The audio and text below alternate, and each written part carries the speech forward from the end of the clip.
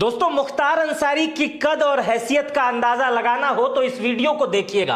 मुख्तार अंसारी खुद 5 बार विधायक रहे हैं, इनके भाई भी 5 बार विधायक रहे हैं, इनके बड़े भाई 2 बार विधायक रहे हैं, अभी इनके 2 बेटे हैं, दोनों विधायक हैं और 2 बार इनके भाई सांसद भी रहे हैं। मुख्तार अंसारी जिस क्षेत्र गाजीपुर से आते हैं वो मुस्लिम बाहुल्य एरिया नहीं है बल्कि हिंदू बाहुल्य एरिया है। मुसलमान मुख्तार अंसारी को सिर्फ नहीं जिताते हैं, हिंदू भी जिताते हैं। 2011 की जनगणना के अनुसार अगर देखा जाए तो गाजीपुर में मुसलमानों की आबादी सिर्फ 11% थी और अगर वर्तमान समय में देख लिया जाए तो हो सकता है मुसलमानों की आबादी वहां 18 से 20% की हो। लेकिन फिर भी मुख्तार अंसारी और उनका परिवार हमेशा गाजीपुर, मोहम्मदाबाद और अगल बगल की सीटों से जीतता रहा है। इसके पीछे सिर्फ मुसलमान नहीं है, वहां के हिंदुओं का प्यार है और लोग कहते हैं मुख्तार अंसारी वहां के रॉबिन हुड थे।